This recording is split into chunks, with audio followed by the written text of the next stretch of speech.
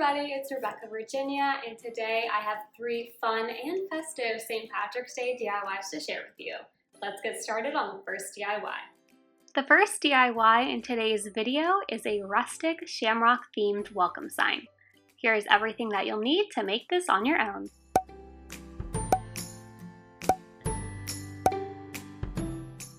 I'm starting off by painting a paint stick that I actually got for free at Home Depot. I'm using a dark brown color so that it'll blend into the background of all the twigs. And yes, next to my paint stick are a bunch of twigs that I picked up in my backyard and around my neighborhood. It did take me a couple of walks to find all of the twigs that I needed, but this DIY is very frugal because the first 2 things that you need, a paint stick and twigs, are both free. Before I began this DIY, I did line all of my twigs up in the way that I thought would look best. Because these are from nature, they're not store-bought, so every single twig is a different shape and a little bit of a different length. So I wanted to have them kind of all set up before I went in with the hot glue and just started putting down twigs. So that's why I have them all lined up next to the paint stick that I'm actually putting them on. And this takes a little bit of time, but really it's pretty simple. You're just putting down twigs and hot gluing them to the paint stick. You have to be a little bit careful though, because some of my twigs started breaking or bark and whatnot started to come off, so there was a little bit of debris in this, but otherwise that was the only issue that I ran into. Also, if you're enjoying this video, make sure to hit the subscribe button down below and turn on your notification bell so you never miss a future video.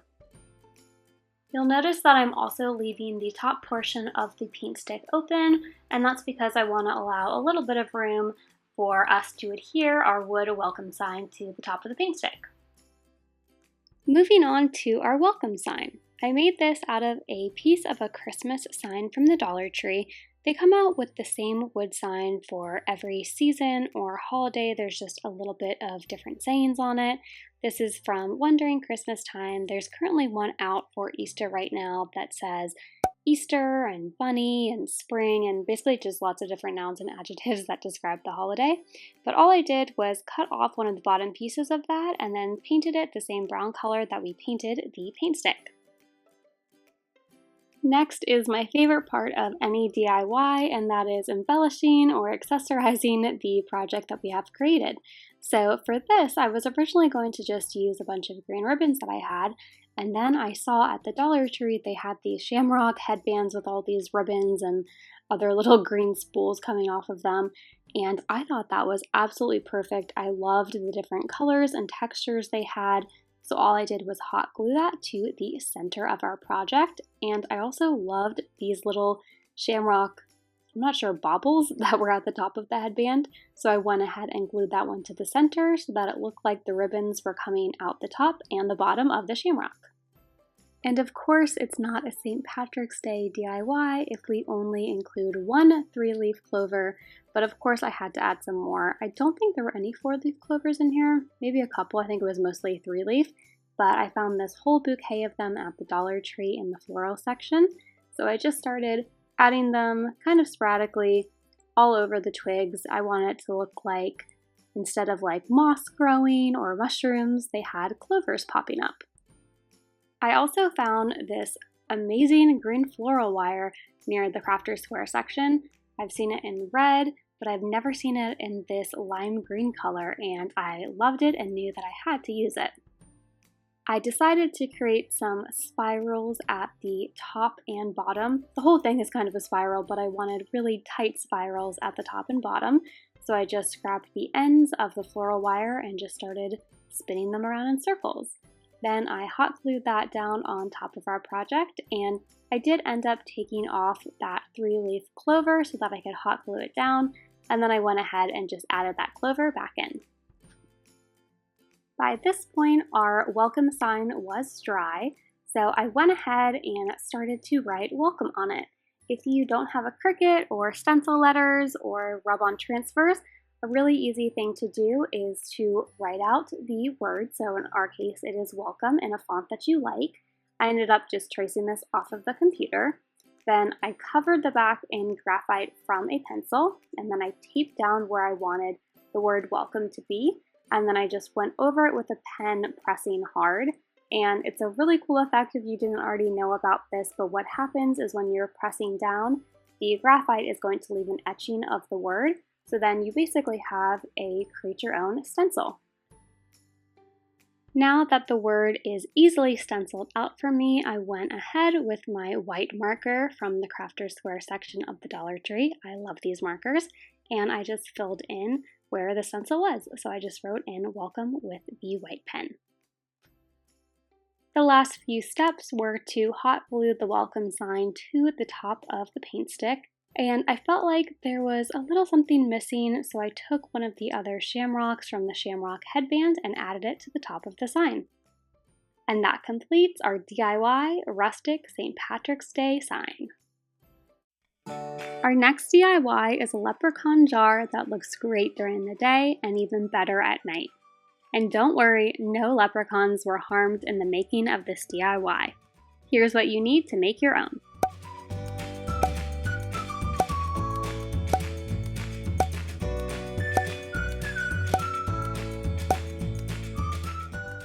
I'm starting this DIY by cutting out a principle of a leprechaun that I found online.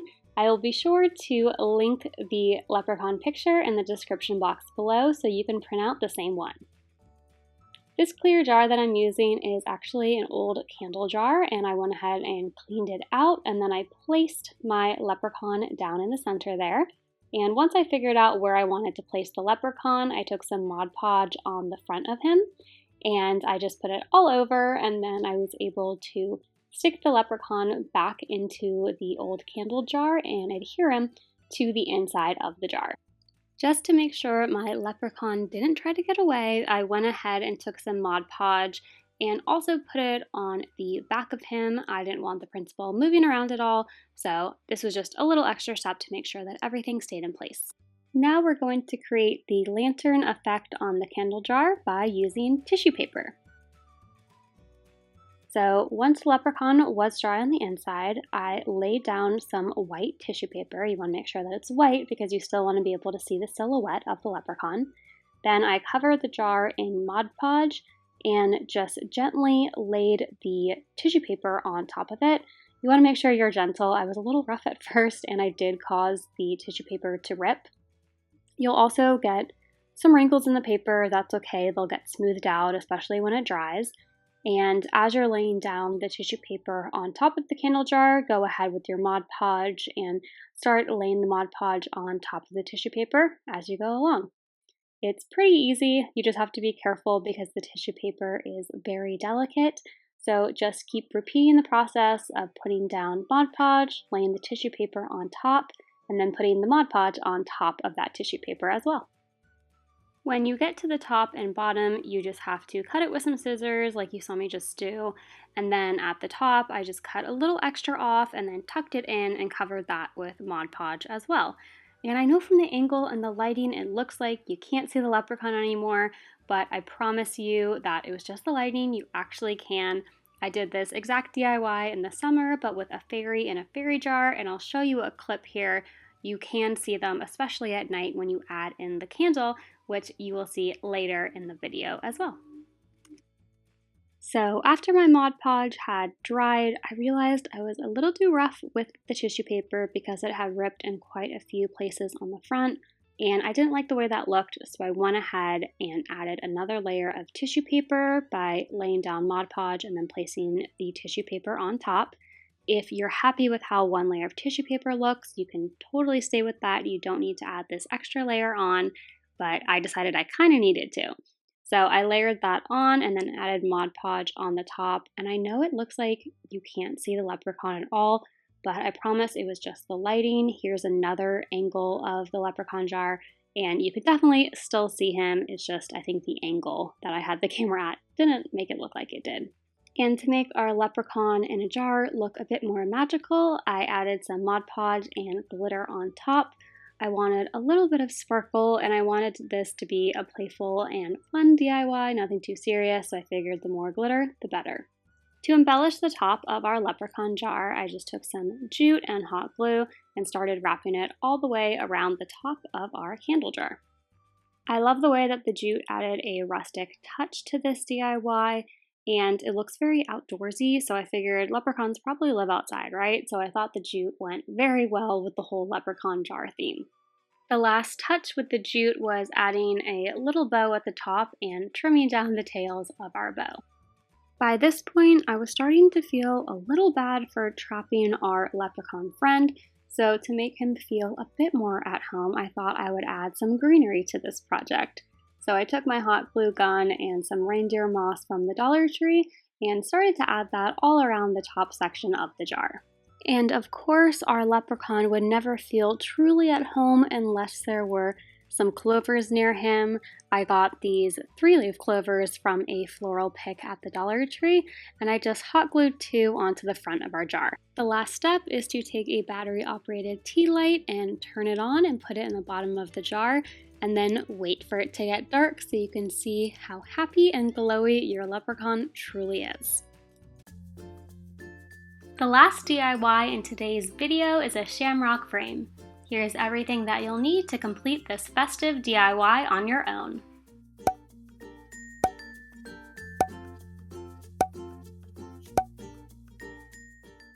To begin this DIY, I took a shamrock. I just printed this out and cut it, but if you are good at drawing, you could also just freehand this. But all that I did was trace out the shamrock onto some white cardstock. Then once it was traced out, I took my frame and I also traced along that because we're going to be inserting this in the frame, so I wanted to make sure I didn't make it too small or too big, so I just used the frame as a general outline for this project. I cut out where the frame would be so that our piece of craft paper will fit perfectly inside of the frame that I've chosen. Then I took some smaller detail scissors. These are really great. They're from the Crafter's Square section of the Dollar Tree. And I just started cutting out the inside of the shamrock, and this way we are left with just the outline of the shamrock. And it can definitely be difficult if you're cutting out this small shamrock with regular size scissors, so I definitely recommend getting a pair of detailing scissors. Now is the fun part because you get to be creative and start finding materials that you want to fill the inside of your shamrock with.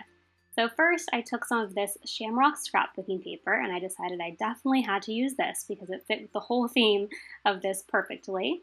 And I just used what we had cut out earlier to kind of figure out how long the scrapbooking paper pieces should be, and that kind of acted as my guide. Then I also took some ribbons and I took them in a dark green and a lighter green and just started to have fun figuring out where I wanted to place all my different materials. I kept having to take my shamrock piece that was going into the frame and putting it over the ribbons and scrapbooking paper to see how everything would look. So to make it a little easier on myself, I went ahead and just traced out what was going to be going in the frame. Then I had a little extra version, almost like a pattern, that I was able to play around with and place the ribbons and the scrapbooking paper on top of that, rather than my final completed project.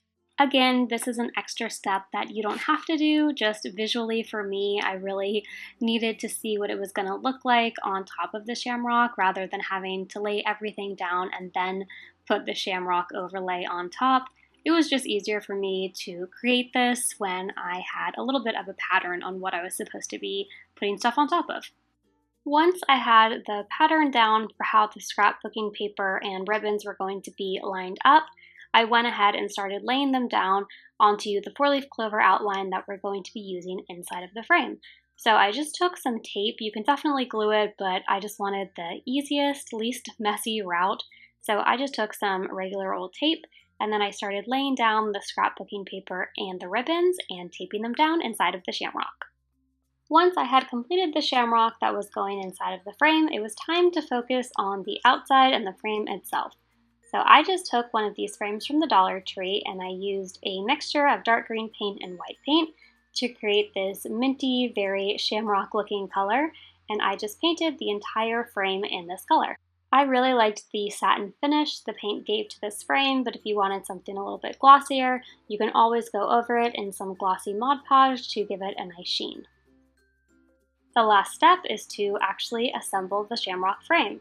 So I just ended up putting the glass back in and placing the shamrock, of course, face down and adding the backing to the frame, and our entire DIY was complete in only a matter of minutes.